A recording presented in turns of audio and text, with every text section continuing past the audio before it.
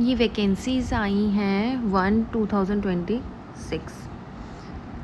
Central council for research in Unani medicine, ministry of AYUSH, government of India vacancy लेकर आए हैं, जो कि जवाहरलाल नेहरू चिकित्सा एवं होम्योपैथी अनुसंधान भवन जो है, ये इंस्टीट्यूशनल एरिया जनकपुरी के नियर बाय, तो उसमें ये वैकेंसीज़ आई हैं। ये 13 से 19 जून तक का न्यू एडिशन है, उसमें पब्लिश हुई हैं एम्प्लॉयमेंट न्यूज़ के। इसमें रिसर्च ऑफिसर, यूनानी, pathology, physiology, assistant research pharmacology, assistant research officer, staff nurse, account officer, headquarter, इसमें काफ़ी वैकेंसीज़ आई हैं। लाइब्रेरी इंफॉर्मेटिव असिस्टेंट की भी 3 हैं। 3 जो है बैकलॉग वैकेंसीज़ हैं। यूआर की जो है इसमें है लाइब्रेरी एंड इंफॉर्मेटिव असिस्टेंट की 1, प्रूफ रीडर की भी 1 है। हिंदी असिस्टेंट जो है उनकी 2 है, फार्मासिस्ट की भी 2 है, and social worker, radiographer, compounder, stenographer, upper division clerk इनकी 15 है, लोअर डिवीज़न क्लर्क की 13 है, स्टाफ कार ड्राइव की 3 है, और मल्टी टास्किंग स्टाफ जो हैं उनकी 4 है। ये यूआर कैटेगरी की मैं बता रही हूँ, SC ST OBC EWS की अलग अलग हैं, आप वो देख लेना। PWD भी है, आप उसके अकॉर्डिंग अपने अकॉर्डिंग देख लेना, जो भी आप क्राइटेरिया या कैटेगरी फॉलो करते हैं। इसमें जो बताया गया, मैं मेन पॉइंट बता रही हूँ। ये आपको वैकेंसी www.ccrum.res.in पर मिल जाएंगी। इसका सिलेक्शन प्रोसीजर जो है वो ये है कि 100 मार्क्स का पेपर होगा for all group A, B, C तीनों के लिए होगा, जिसमें selection for group A post that is research officer will be through online CBT examination followed by an interview. जो A ग्रुप की पोस्ट है उनके लिए इंटरव्यू भी कंडक्ट किया जाएगा CBT के बाद, एंड जो CBT के मार्क्स होंगे 70 मार्क्स होंगे, एंड देन इंटरव्यू के 30 मार्क्स होंगे। In case of group B and group C post के लिए selection will be based on CBT examination comprising 100 marks and skill test wherever required. अगर candidate ज़्यादा हो जाते हैं तो उसके बाद स्किल टेस्ट भी रखा जा सकता है। There will be 0.25 negative marking for each wrong answer in the examination, except in case of MTS. MTS में आई थिंक इसमें ये मेंशन किया गया है कि MTS में नो नेगेटिव मार्किंग होगी, बाकी सारी जो पोस्ट हैं A, B, C सबके लिए नेगेटिव मार्किंग कंपलसरी है।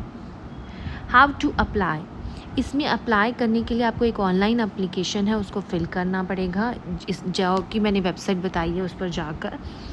और जो इसकी अप्लाई करने की जो विंडो ओपन होगी वो होगी 1/7 यानी कि 1 जुलाई 2026 टू 31 जुलाई 2026, यानी कि पूरे 1 महीने के लिए आपकी खुली रहेगी विंडो, उसमें आप कभी भी जाकर फिल कर सकते हैं। अब ये जो डिटेल्ड ये जो है एडवर्टीज़मेंट, इसके लिए डिटेल्ड इंफॉर्मेशन दी गई है कि क्या क्या आपको क्वालिफ़िकेशन आपको चाहिए होगी इसके लिए, और अगर इसके लिए मॉडिफिकेशन विंडो भी ओपन होगी, जो कि opening date of modification window will be 3 August to 5 August. ये 2 दिन तक खुली रहेगी इसमें, 3 to 5 तक। नेक्स्ट है इसमें अप्लाई, तो आपको बता दिया कैसे करना है। कॉरिजेंडम्स भी आ सकते हैं इसमें, वो आप देखते रहना। और इसमें जो है पोस्ट की सारी क्वालिफ़िकेशन दी गई है, जैसे कि रिसर्च ऑफिसर जो यूनानी में है उनकी पोस्ट ग्रेजुएट डिग्री होनी चाहिए। एज रिलैक्सेशन इसमें गवर्नमेंट सर्वेंट्स को दिया गया है, वैसे 40 इयर्स तक का है, नॉट एक्सीडिंग 40 इयर्स, 40 इयर्स से ज़्यादा नहीं होना चाहिए। इसमें जो क्वालिफ़िकेशन चाहिए वो पोस्ट ग्रेजुएट डिग्री चाहिए, MD या MS in Unani system of medicine from any university institution recognised by NCISM, जिसको पहले CCIM के नाम से जाना जाता है। Enrolment on the central registrar of NCISM CCIM और स्टेट रजिस्टर ऑफ यूनानी। बाकी पैथोलॉजी में भी ऐसे ही है, बाकी आप ये पढ़ लेना। फिजियोलॉजी का भी यही सेम दिया गया है। जो PWD जो कैंडिडेट्स हैं PWBD, उनके लिए ये 1 पोस्ट रिज़र्व की गई है। और जो रिसर्च ऑफिसर पैथोलॉजी है फॉर ब्लाइंड और लोअर विजन के लिए भी है। असिस्टेंट रिसर्च ऑफिसर फार्माकोलॉजी, इनकी एज 30 दी गई है। इनको क्या क्वालिफ़िकेशन होनी चाहिए? एमएससी होनी चाहिए फार्माकोलॉजी में, MVSc degree from recognised university और इंस्टीट्यूशन से होनी चाहिए, और aptitude for research in the line होना चाहिए। डिज़ायरेबल है कि नॉलेज ऑफ उर्दू हो, अरेबिक हो, पर्सियन हो, दैट इज़ डिज़ायरेबल, मतलब कंपलसरी नहीं है। वो अगर आपको आती है तो आपको प्लस पॉइंट होगा। नेक्स्ट जो है वो है असिस्टेंट रिसर्च ऑफिसर बॉटनी का, जो है मास्टर डिग्री होना चाहिए, एज अप टू 35 होनी चाहिए, master degree in the concern discipline from a recognised university और इंस्टीट्यूशन, 3 इयर्स का रिसर्च टीचिंग एक्सपीरियंस होना चाहिए in the concern discipline after obtaining master degree in a recognised institution, या फिर पीएचडी होना चाहिए in the concern discipline from a recognised university.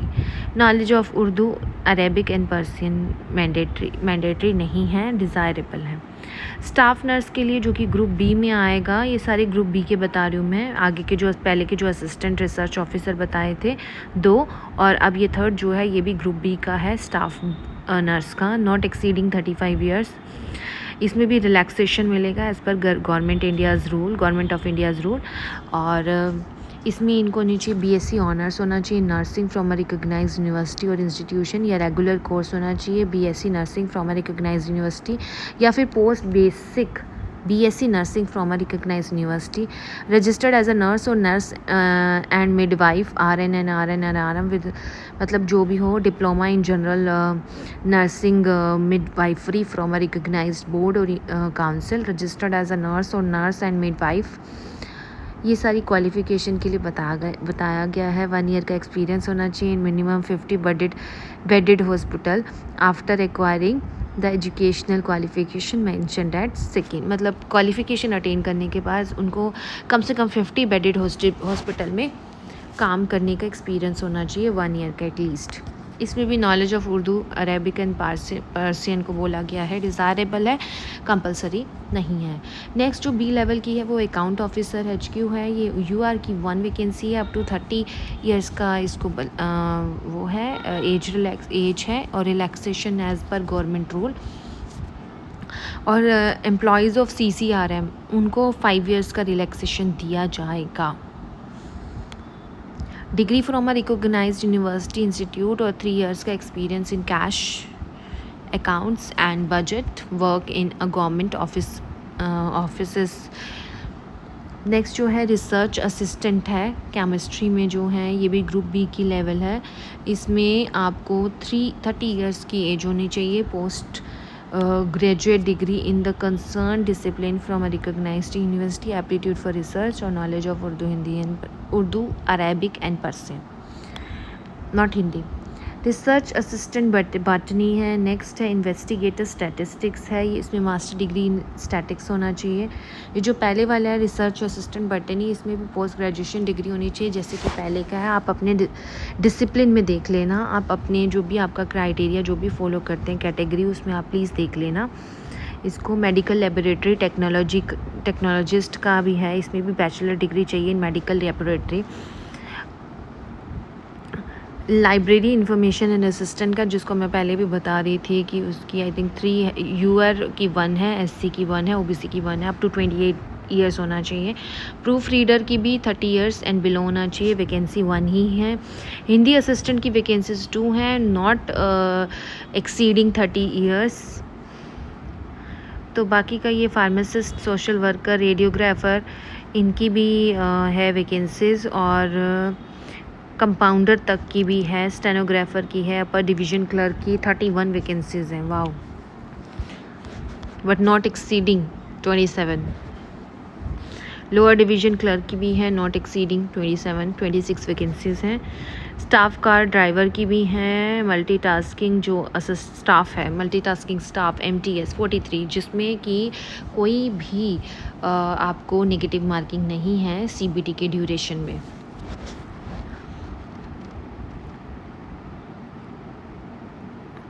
बाकी का आप देख लेना एक बार अच्छे से। इंग्लिश, हिंदी, स्टेनोग्राफर जो ग्रेड 3 है उनकी लैंग्वेज ऑफ स्किल टेस्ट जो होगा वो इंग्लिश एंड हिंदी में होगा। इंग्लिश में टाइम ड्यूरेशन इन मिनट्स होगी 50 और 70 आपको फॉर PWD के लिए होगा। और 65 मिनट्स होगी हिंदी में, 90 मिनट्स दिए जाएंगे PWD कैंडिडेट्स को। जो स्किल टेस्ट होगा विल बी क्वालिफाइंग टेस्ट।